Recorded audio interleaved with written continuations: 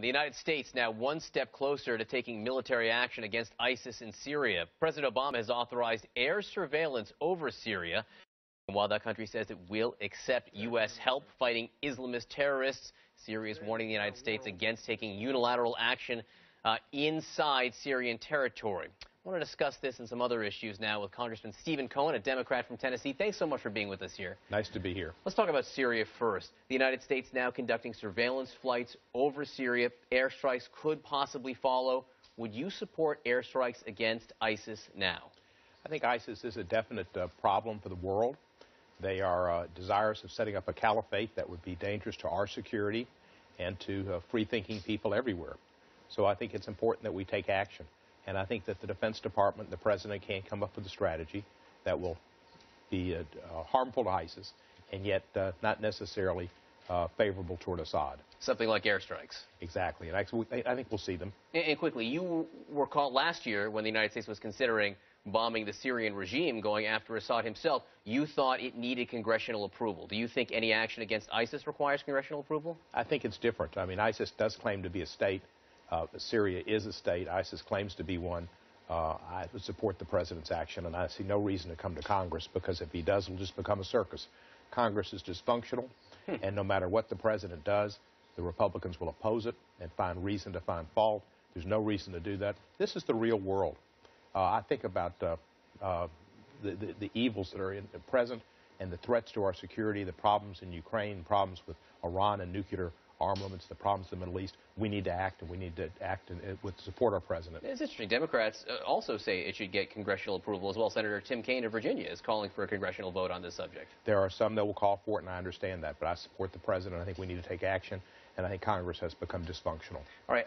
I want to move on now to Ferguson, the shooting there. Michael Brown, 18 years old. His homegoing ceremony was yesterday. It was a very moving ceremony. I know this is an issue you've been thinking about a great deal over the last several weeks. I want to bring you up to speed on the latest news we're reporting at CNN. CNN has obtained alleged audio of what could be the moments that Michael Brown was shot. We haven't been able to verify the authenticity of it, but it is very interesting. I want you to take a quick listen. You are pretty. You're so fine. Just going over some of your videos. How could I forget? Now, you heard a man talking there. This was being recorded during some kind of video chat, but what you did hear in the background, according to our audio analysts, 10 shots fired could have been by the police officer if this is an authentic tape. We had heard before that Michael Brown was hit 6 times. Well, the officer potentially could have missed, but the issue isn't really authenticity of the audio. It's the fact that African Americans are shot with police apparently not resorting to deadly force as a last means after exhausting all reasonable means of apprehension. I started my career as a police legal advisor and worked on police shootings. There are too many police shootings in this country. Police have a tough job, and I support the police, and we need that to have civil order. But there are too many killings, and this was a situation where a man was unarmed. He could have been tasered. He could have been shot in the leg. I know we all say you shoot in the middle of the cavity because that's the best target. It's the best target if you're apprehending a fleeing felon and there's a need to apprehend him because there could be a damn risk to somebody else down the line. But with Michael Brown, there was no risk to anybody. You could have just plastered his calves and stopped him. You know, you brought up an interesting term there, exhausting all reasonable means. You have a lot of experience. You say you thought about this for years and years. You know, what does that mean at a national level? How do you get that discussion going? Well, the Congressional Black Caucus, at the behest of Elijah Cummings, the congressman from Maryland, have suggested a police czar, somebody to give direction to police departments that get federal funding. There's a lot of federal funding in police departments. There could be better direction and better carrying out of the use of the federal funds, and I think that's a possibility. Police czar sounds like federal central control at some level over local police forces, which traditionally have been... It's not going to happen. Okay. Reality is the Republicans would never put it to a vote, but there needs to be more ties to grants, burn grants, and other grants to see that they're used for the proper purposes. The military equipment that's gone out is improper. I think some of the times policemen probably just like to shoot the M17s for sport. I mean, policemen, they've got a tough job. I support police, but at the same time, they like guns. A lot of people in America like guns. You're suggesting the police just fire the guns at people for sport? No, not at people, just recreational stuff. They don't. The M17s have hardly ever been used by a police department in this country. They were used as a stand-up tool to intimidate people in Ferguson.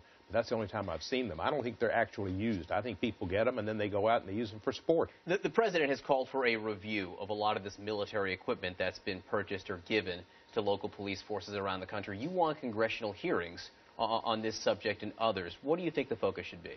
Well, the focus should be the necessity of it. I can see a possibility in some community where you have a terrorist situation. You could have an Oklahoma City, and there could be a standoff, and there could be a situation where the police need some type of special equipment. Generally, in that situation, you're going to have the National Guard called out and take action. But there should be limitations on what any of that equipment could be used for, and there should be some certifiable need for the equipment in the community. One of my smaller communities said 15 M17s. It's absurd. Can I ask you, what do you think would be the one thing that could be done by Congress, by you maybe, that would keep us from having this conversation 1 year from now, where you would see another black kid shot at? Well, I tried to do something about it in 2008. I introduced and passed a resolution for the United States apologizing for slavery and Jim Crow. It did not pass the Senate in the same form because Sam Brown backed language in that was unnecessary about reparations because it never dealt with that. I wanted to get a discussion of race in this country started. The president talked about it also in 2008 in Philadelphia. That discussion needs to have taken place. It's a shame it hasn't. It still needs to take place. And we need to have a major discussion on it. We need to take action. There is a real problem in America with differences in opinions and opportunities for people based on race. And African Americans have been redlined on capital, redlined on where they live, redlined on opportunity over the years.